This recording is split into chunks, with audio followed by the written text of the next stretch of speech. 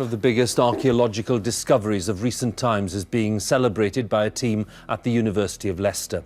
A skeleton found under a car park in the city centre has now been confirmed as that of King Richard III. When King Richard III's remains were uncovered beneath a Leicester car park, the world expected a simple royal mystery solved.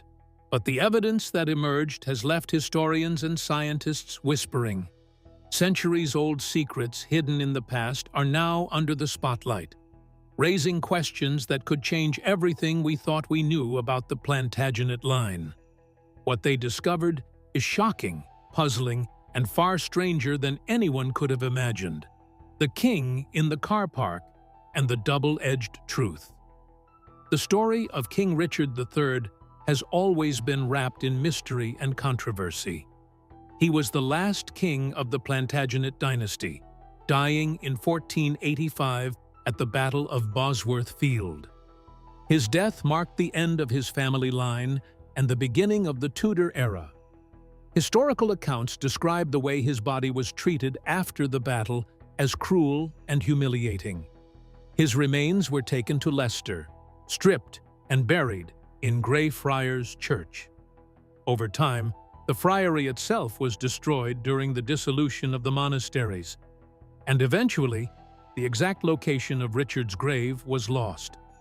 For centuries, no one knew where the last Plantagenet king rested. Richard was born in 1452, the youngest surviving son of Richard, Duke of York, and Cecily Neville.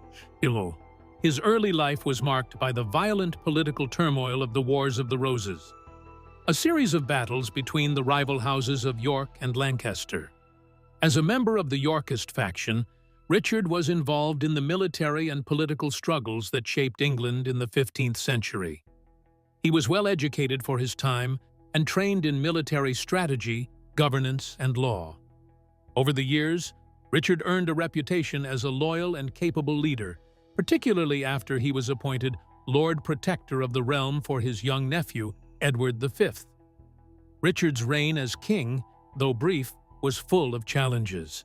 He ascended to the throne in 1483, following the sudden death of his brother, Edward IV. At that time, England was already a kingdom divided by political tension and lingering animosities from decades of civil war. Richard faced the delicate task of consolidating power while securing the legitimacy of his claim.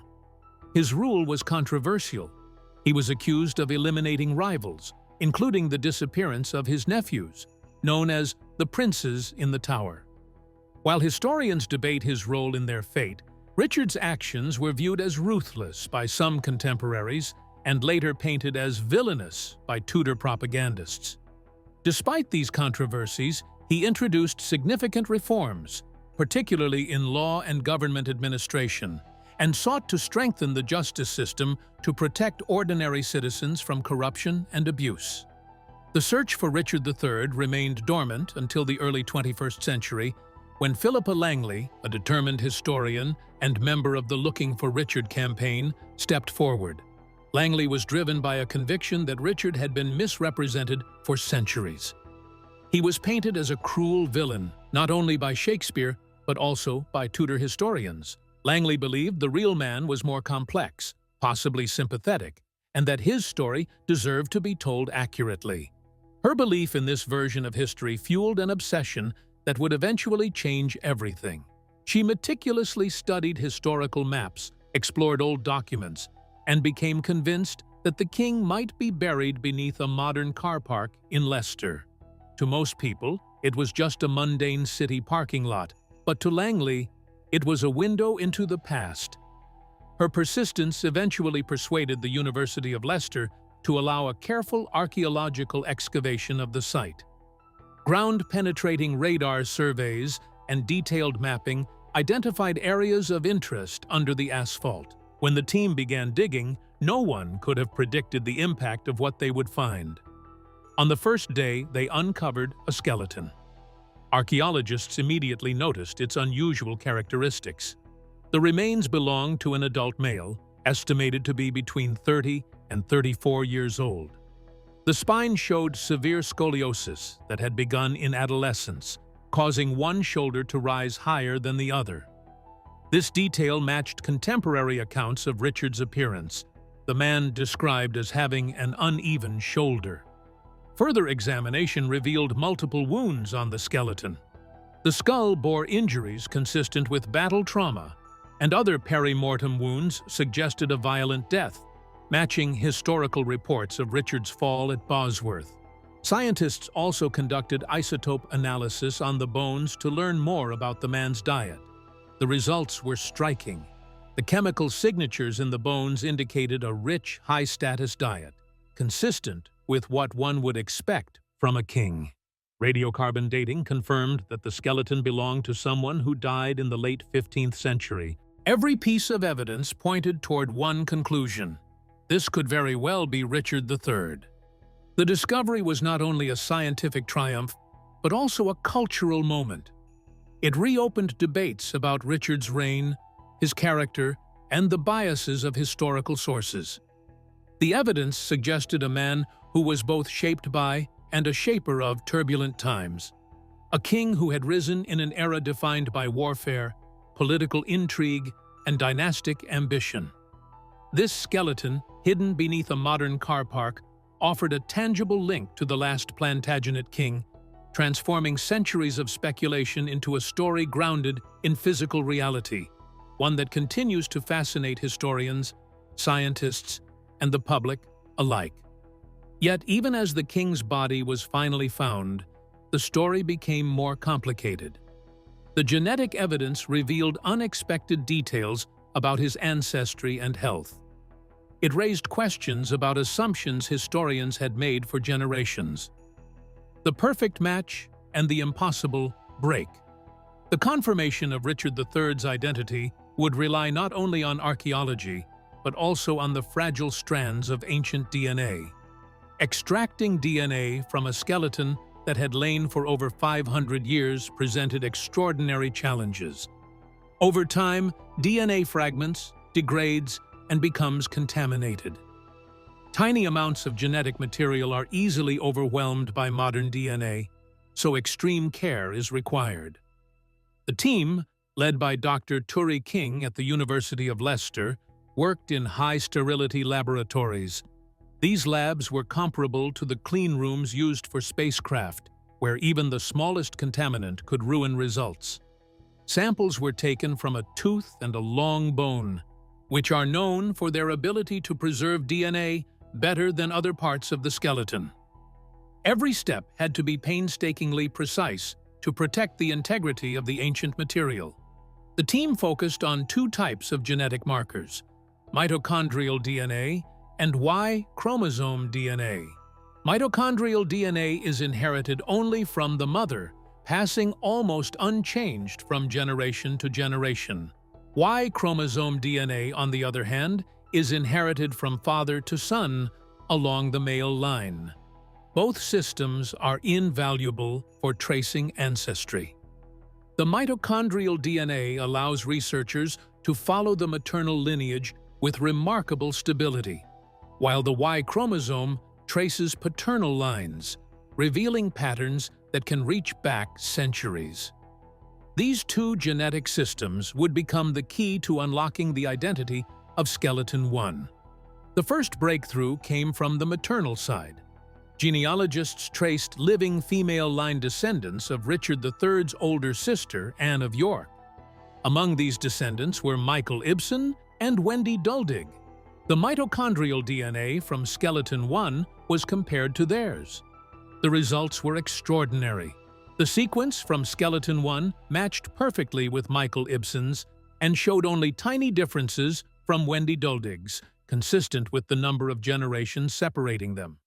This match provided extremely strong evidence that Skeleton 1 was indeed Richard III, or, at the very least, closely related to him through his maternal line. For the first time in centuries, the last Plantagenet king could be confirmed through living memory, as encoded in the unbroken maternal chain. It was a triumph for science, history, and perseverance. Yet the story took a surprising turn when the team turned to the paternal line. The Y chromosome should, in theory, provide a perfect record of male line descent. Richard III had no known living male descendants, so the team traced his paternal ancestry back to Edward III and then down through John of Gaunt. Modern male line descendants from the Somerset and Beaufort families were located, including those connected to the 5th Duke of Beaufort. Samples were obtained from 5 living men who should have carried Y chromosomes similar to Richard III's. The results were shocking. None of the Y chromosomes matched the skeleton. This indicated a false paternity event had occurred somewhere in the generations. At some point, the recorded father in the lineage was not the biological father. The revelation was stunning because it meant the Plantagenet male line, long thought to be straightforward, had a hidden fracture. A genetic lie had survived for centuries. This discovery carried profound implications. While the maternal match confirmed the identity of Richard III beyond reasonable doubt, the paternal mismatch exposed a secret hidden deep in history. The same science that validated his existence also revealed that not every male heir listed in historical records could truly claim biological descent. It raised questions about other royal lines and the reliability of genealogical claims. Historians now had to reconcile centuries of assumed truths with evidence written in DNA.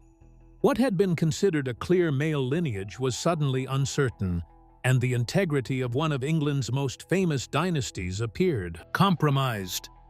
The bones in Leicester told a story far richer and stranger than anyone had imagined. The revelation reshaped what was known about one of England's most infamous dynasties and suggested that the past still holds mysteries far more complex than the written record could reveal. Burying the lead. Royal succession, especially in the Plantagenet era, depended heavily on clear male line descent. If the male line was broken, then the foundation for certain claims to the throne could be weakened. This included not only the Yorkist kings, like Edward IV and Richard III, but potentially even the Tudor monarchs, if their claims relied partly on connections through the male line. Historians had long assumed the Y-DNA line was continuous and unbroken. Now the possibility of a hidden illegitimacy threatened centuries of accepted genealogy. The past suddenly seemed less certain, and questions about the legitimacy of royal inheritance rose from the shadows of history. When the Nature Communications paper was published in 2014, the researchers addressed the mismatch, but remained cautious. They noted the possibility of non-paternity, but they could not identify or need the exact generation in which the break occurred. This left 2 main possibilities.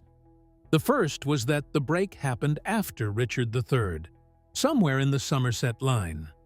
This would make the false paternity a more contained family issue, affecting only a smaller branch of descendants. The second, far more dramatic possibility was that the break occurred before Richard III. If so, Richard himself, Edward IV, and their father, Richard, Duke of York, might all have carried a Y chromosome that was not truly Plantagenet.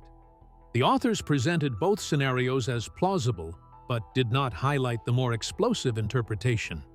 This careful framing allowed the story to remain a mystery, rather than a political or historical crisis. The published study balanced the dramatic revelation with conservative scientific analysis.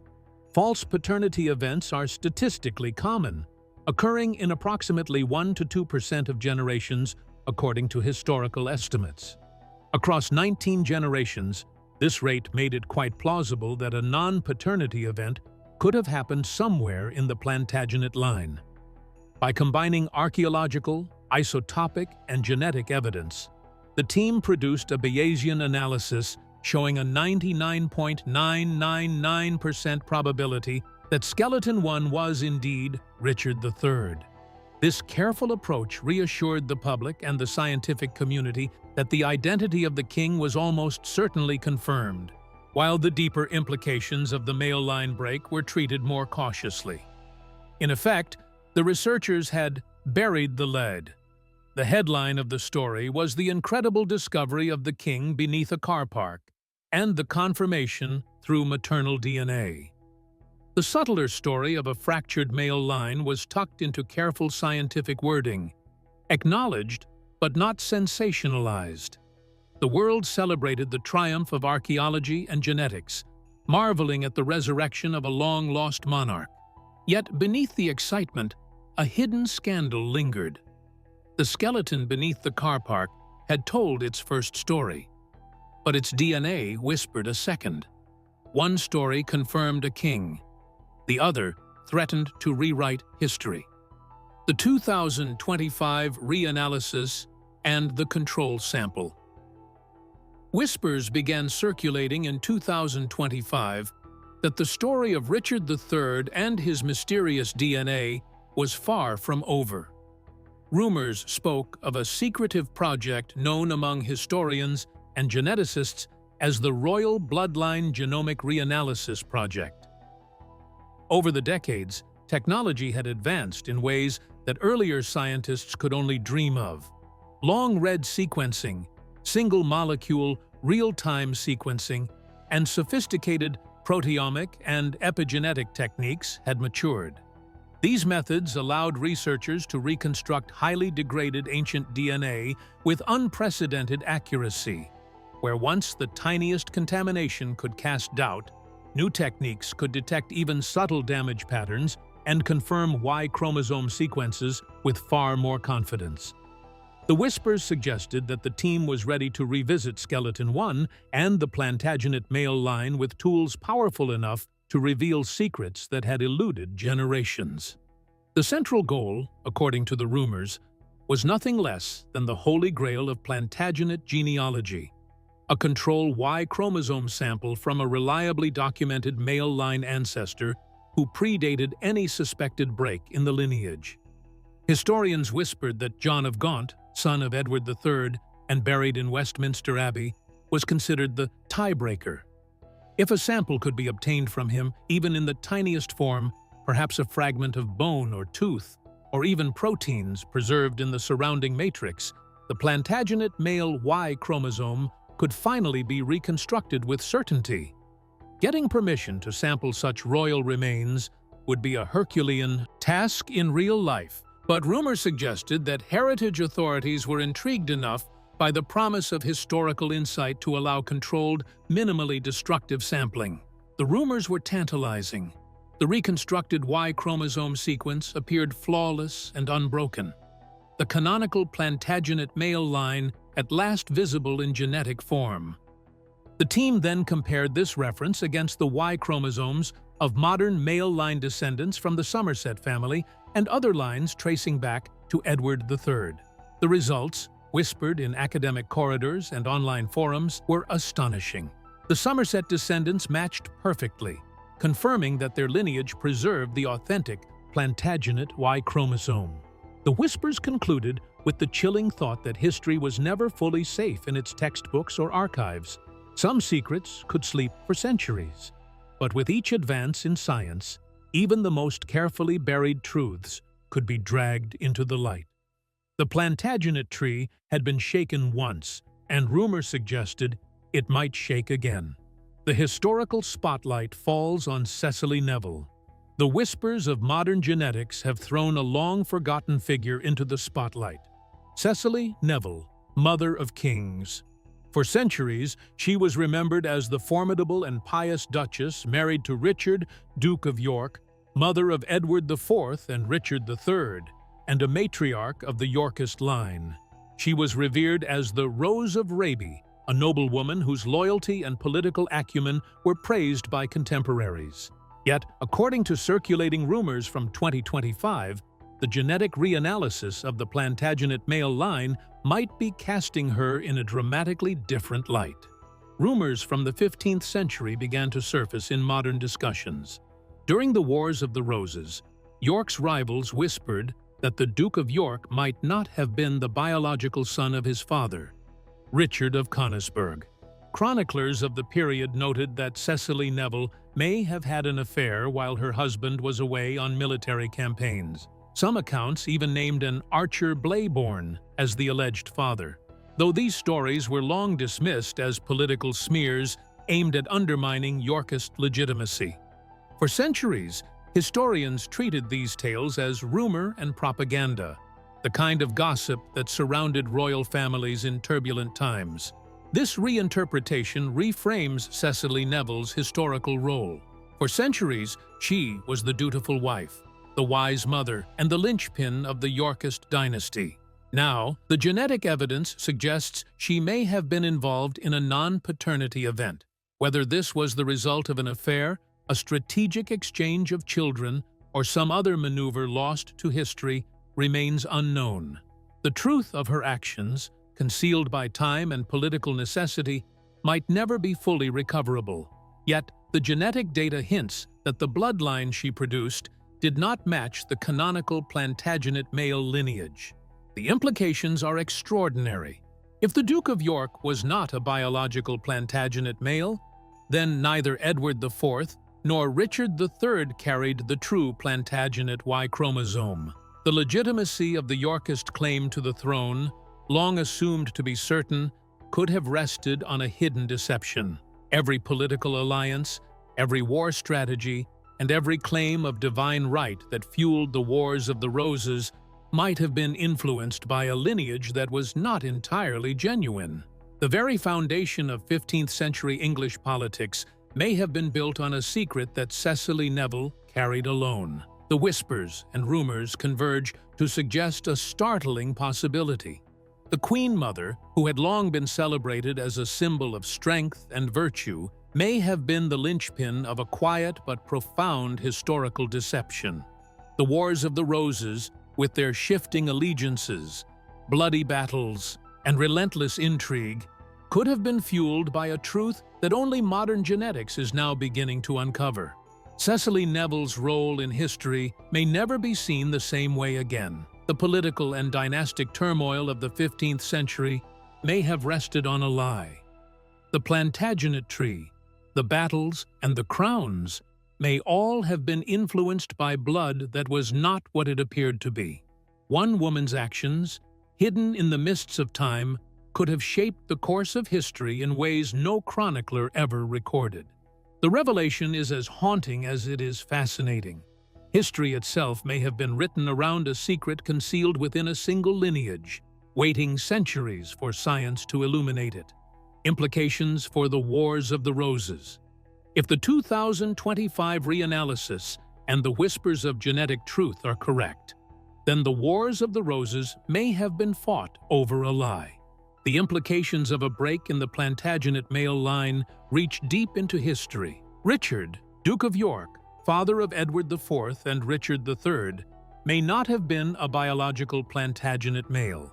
If this is true, then his sons, Edward IV, who seized the throne, and Richard III, who claimed it later, likewise lacked the canonical Plantagenet Y lineage.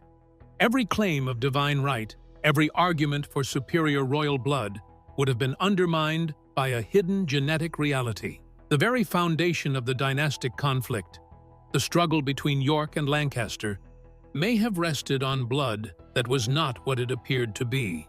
Centuries of historical certainty could now be viewed in an entirely new light. The Wars of the Roses, spanning decades from the 1450s to the 1480s, involved catastrophic battles such as Towton, Barnet, and Tewkesbury. Thousands of soldiers died, entire regions were destabilized, and the political landscape of England shifted dramatically.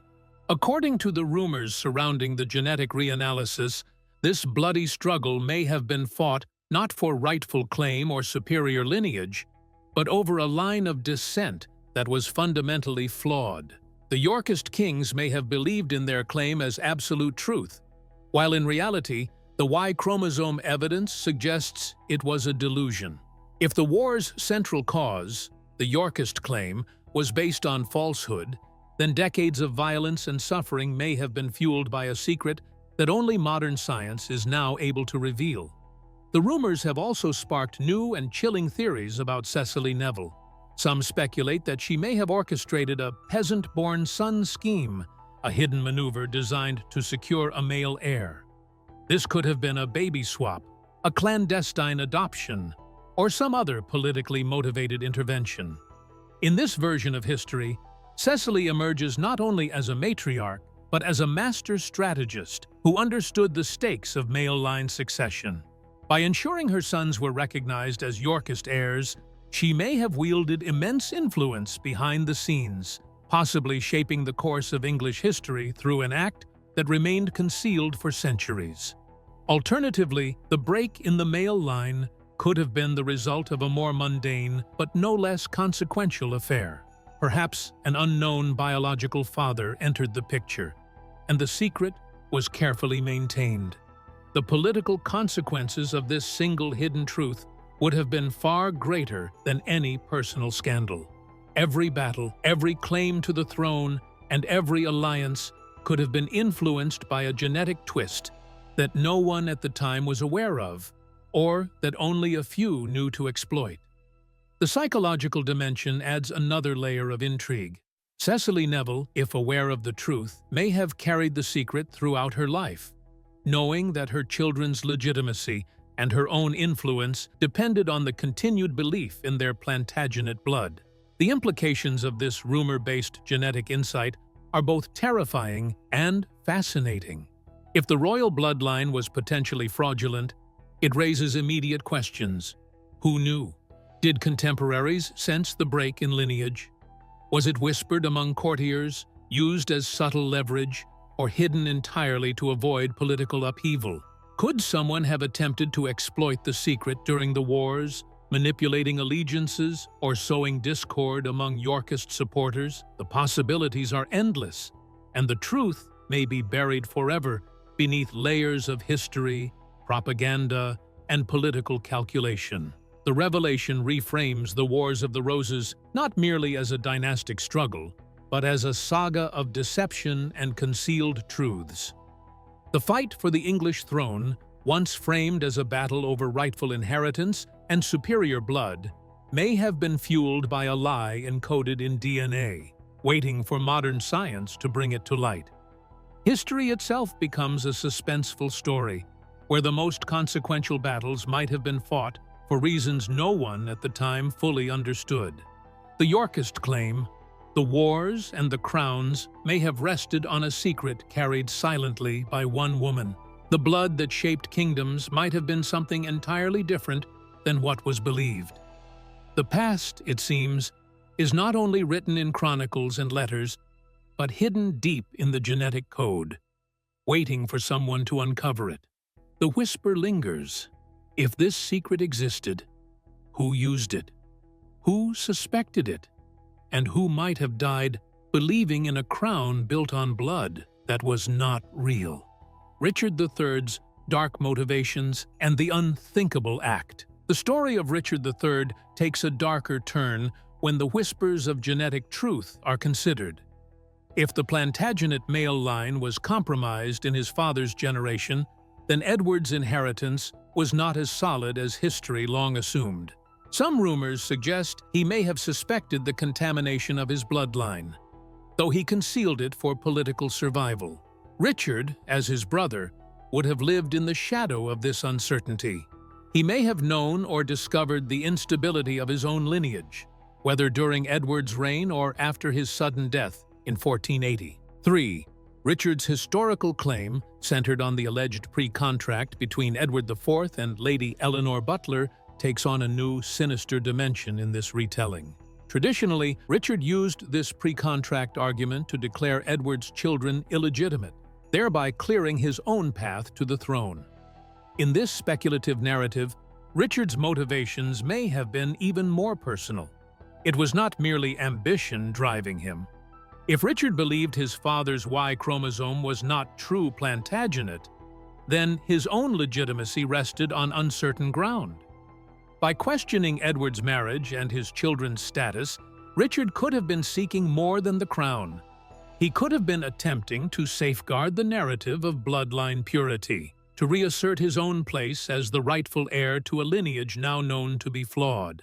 The chilling heart of this story revolves around the princes in the Tower, traditionally seen as victims of political murder. In this reinterpretation, they are living symbols of the hidden genetic lie.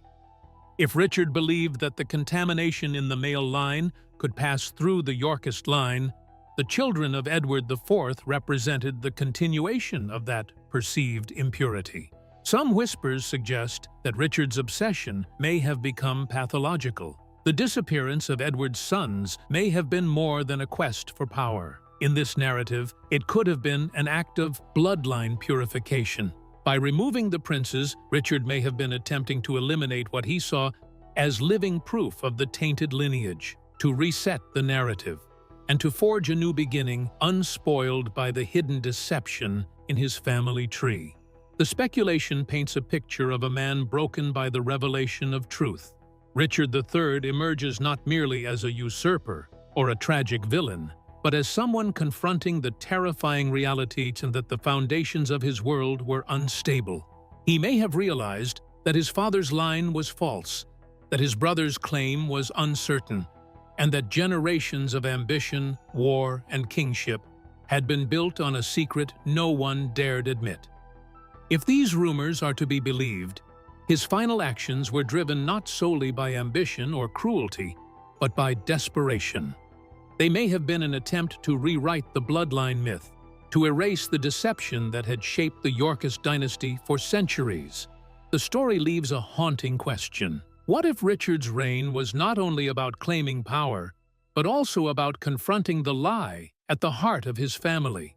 If the male line was compromised, then every battle, every political maneuver, and every claim to legitimacy took on a new significance.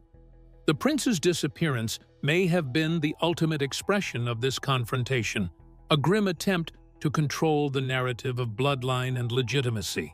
The final, disturbing thought lingers in the mind. If Richard's claim was flawed, if the bloodline itself carried a hidden treachery, then who among his contemporaries truly understood it? Did his advisors, his enemies, or even the chroniclers of the time sense the truth? And if they did, how did the secret shape the political and dynastic decisions of the period? The echoes of this hidden betrayal may reach far beyond the 15th century, whispering through the corridors of power and history, raising questions about legitimacy, authority, and the true cost of deception. The chilling possibility remains. The Wars of the Roses, the throne, and the royal legacy may have all been influenced by a secret carried silently in DNA. And centuries later, it still asks us to reconsider who we trust, what we believe, and how much of history may have been built on lies we are only beginning to uncover. What do you think about Richard III's hidden motivations and the secret in his bloodline? Share your thoughts and theories in the comments below.